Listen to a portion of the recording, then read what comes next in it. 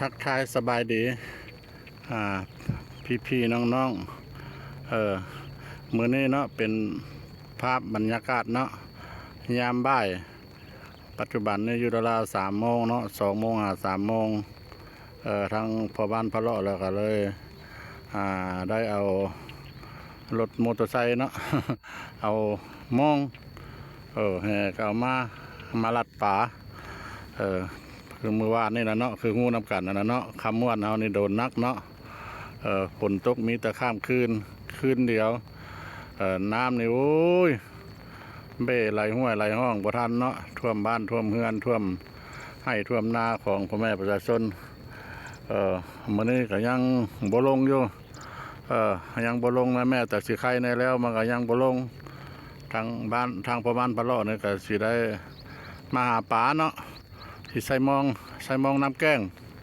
เด้อท่านผู้ชมเด้อนี่แหละนี่คือทงให้ทงนาของประชาชนน้ำท่วมเมิด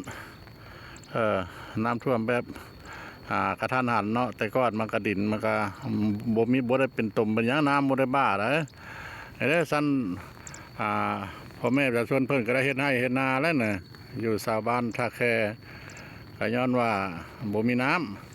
ประตูมือเดียวนะย่างไปกระทั่งพื้นดินก็ยังแข็งอยู่ท่านผู้ชมเบอร์หาน้ำจะท่วมมันละบ่อนดำแล้วก็ท่วมจักสิคืนหรือบนนั้นเนาะคันนั้นมันโดนหลายกระต่ายเนาะมาติดตามเบิ่งพ่อบ้านพะเลาะว่ามื้อนี้เราสิได้ป่าบ่หรือว่าเนื้อใดเนาะใส่มองเด้อเครื่องมืออุปกรณ์ของพ่อบ้านพะเลาะและใส่มองน้ำแกงใส่มองน้ำแกงอยู่ทงนาบ้านท่าแคมาเบิ่งน้ำกันเด้อท่านผู้ชมเด้อสมซื่อพาเลาะจะได้ตื่นมาในเลาะใต้เลาะเหนือบ่ได้ไปดงไปป้ากับไปหาลงน้ำเนาะบ่ได้ลงน้ำกับเข้าวัดเข้าว่าเอาไปตามเบิ่งประมาณพะเลาะสิใส่มอง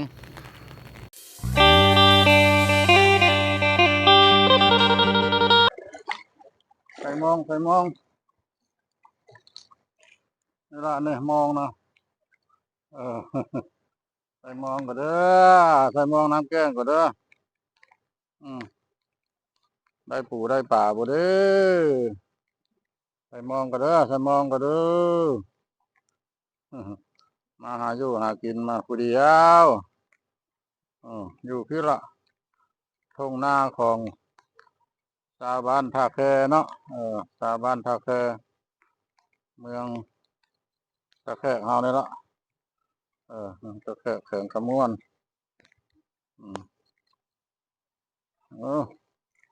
ไปมองก่อน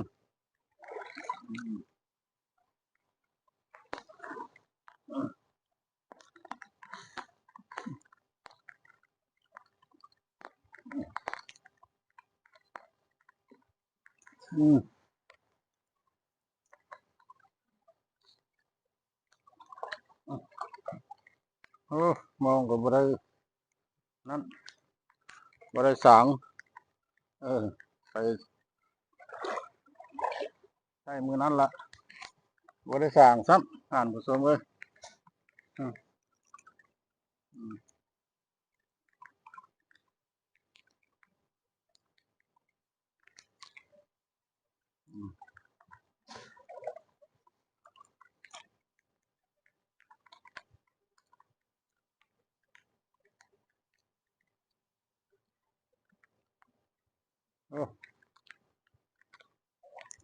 คลองละของแล้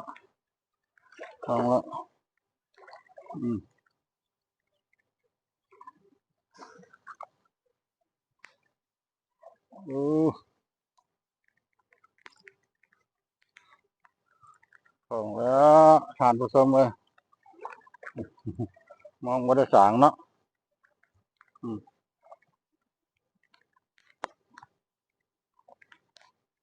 ของอีกแล้ว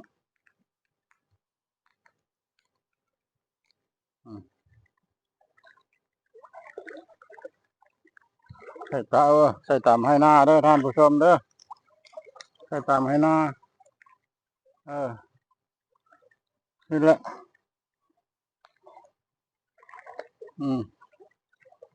ให้นาล่ะให้นาอันนั้นเพิ่นบ่ได้ดำเข้าใช่ตะกี้แล้วมันบ่มีน้ำบ่มีน้ำเพิ่นก็เลย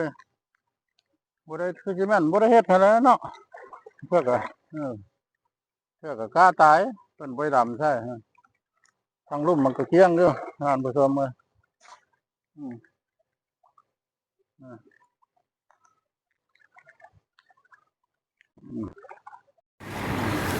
อีกบนนี้อีกเป็นบนหนึ่งเนาะถ่ายทำให้ท่านผู้ชมเห็นทุ่งนาน้ำท่วมหน้าทุ่งนี้แหละมันซีเม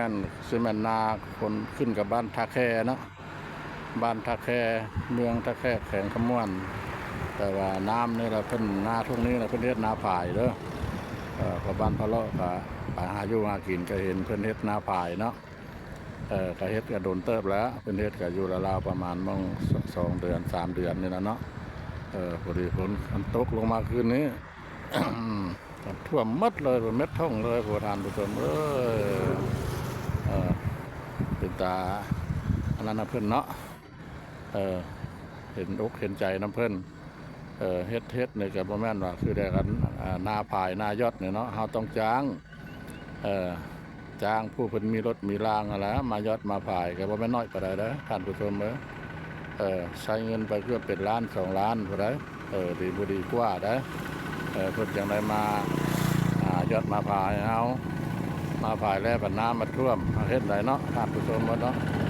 คันบ่ตกบ่ทึกใจนะผู้นาโน้นเนาะจมว่าอยู่เนาะดินแห้งฟ้ากระแดงกาตายข้าวตายน้ำให้นากันดินแตกคาบเลือดกิ๊บไปก็เห็นอยู่เนาะ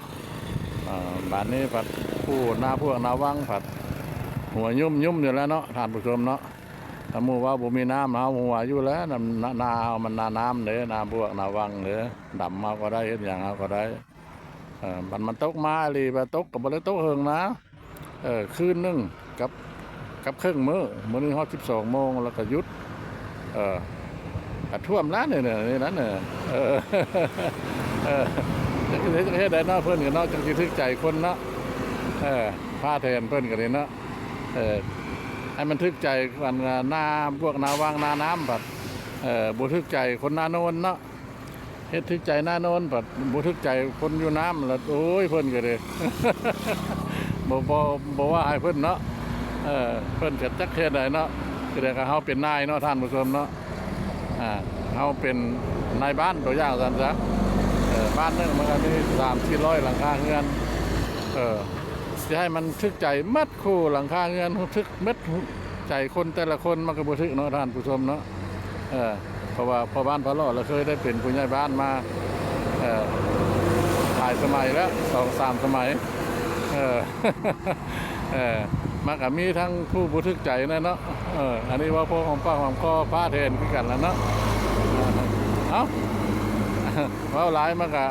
หญ้ามันก็ยืดเนาะพืชพุ่มไม้ความเว้าแห้งหลายทั้งเม็ดทั้งมวลการมาถ่ายทำน้ำท่วมให้ท่วมนาของพ่อแม่ประชาชนก็สิซ้ำนี้น่ะเนาะจากนี้ไปขออนุญาตนำท่านผู้ชมจบคลิปนี้เพียงเท่านี้โอกาสหน้าจะพาท่านผู้ชมไปฮู้ไปเห็นอีกหลายบ่อนคำว่าสบายดีสวัสดี